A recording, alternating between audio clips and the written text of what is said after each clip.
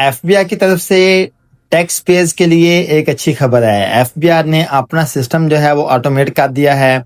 अब वो लोग जिनका बैंक प्रॉफिट आता था उन लोगों को इस चीज़ की अब टेंशन खत्म हो गई है कि अगर हमारा 50 लाख प्रॉफिट है तो हमने कहाँ पे लिखना है, अगर हमारा 50 लाख से ज़्यादा प्रॉफिट है फिर कहाँ पे लिखना है, अगर 50 लाख से कम प्रॉफिट है फिर कहाँ से लिखना है।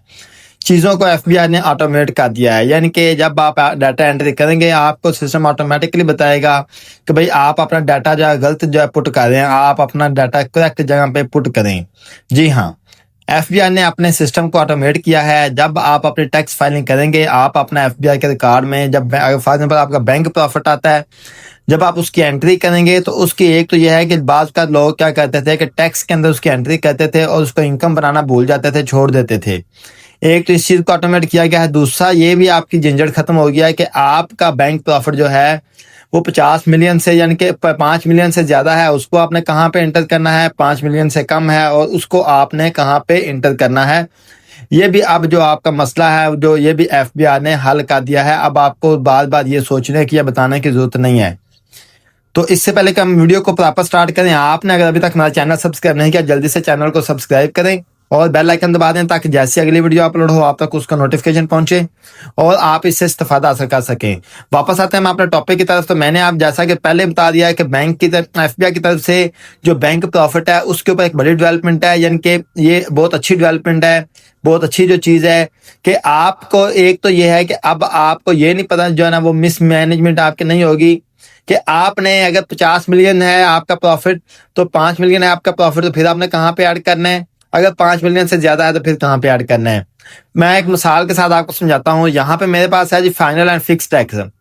मैं कहता हूँ कि मेरे पास जो बैंक प्रॉफिट है वो मैं फाइनल फिक्स टैक्स के अंदर मेरे पास क्योंकि ऑप्शन है जी 151 यहाँ पे जो बैंक का प्रॉफिट ऐड करने की।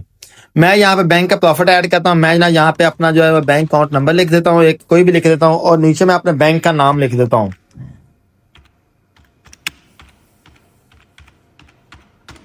मैंने बैंक का नाम लिख दिया, बैंक का प्रॉफिट लिख दिया। लिखने के बाद मैं इसको जब सबमिट करूंगा तो यहाँ पे मैं अमाउंट लिखूंगा जनाब 51 लाख, यानी कि 51 लाख रुपए मुझे बैंक से प्रॉफिट मिला है, 51 लाख रुपए मुझे बैंक से प्रॉफिट मिला है। तो मैं इसको यहाँ पे कैलकुलेट करूंगा। देखिए जैसे ही मैंने ये अमाउंट पर 51 लाख लिखी मुझे सिस्टम ने बता दिया कि you have entered profit amount greater than 5 million, यानी कि मुझे उसने बता दिया है सिस्टम ने कि आपने जो अमाउंट ऐड की है वो आपने 5 मिलियन से ज्यादा अमाउंट ऐड की है। तो आपको पता है कि अगर आप 5 मिलियन से ज्यादा अमाउंट ऐड करते हैं तो आप जो उस अमाउंट को आपने फाइनल फिक्स के अंदर नहीं बल्कि जो एडजस्टेबल टैक्स के अंदर लेके जाना है। तो सेम वही बता रहा है, please enter the amount in adjustable tax section, यानी कि आप अपनी अमाउंट एडजस्टेबल टैक्स सेक्शन के अंदर लिखें।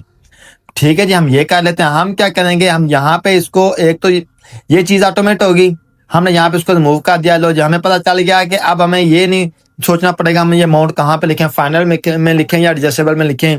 ये हमें एफबीआई के सिस्टम ने ऑटोमेटिकली बता दिया।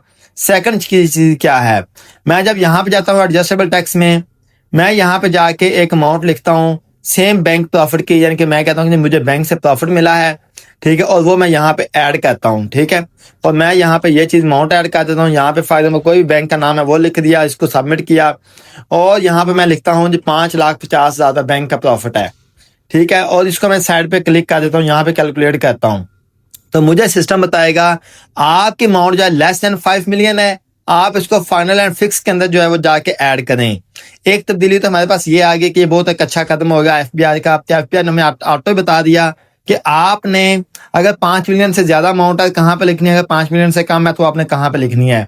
उसके बाद अगली जो चीज है वो ये है कि आप जब यहाँ पे अमाउंट डालेंगे 51 लाख आप अमाउंट डालेंगे, उसके ऊपर आप जो अपना टैक्स भी डाल देंगे जो बैंक ने 15% काटा है।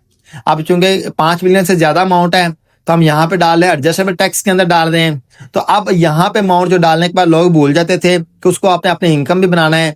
एफबीआई का पोर्टल ऑटोमेटिकली इसको अमाउंट को यहाँ से उठाएगा अदर सोर्स के अंदर जाके, तो यहाँ पे देखिए आपकी अमाउंट ऑटोमेटिकली पॉपुलेट कर देगा, यानी कि आपने टैक्स वाली जगह पे आपने अमाउंट डाली है और यहाँ पे अमाउंट ऑटोमेटिकली आ गई है।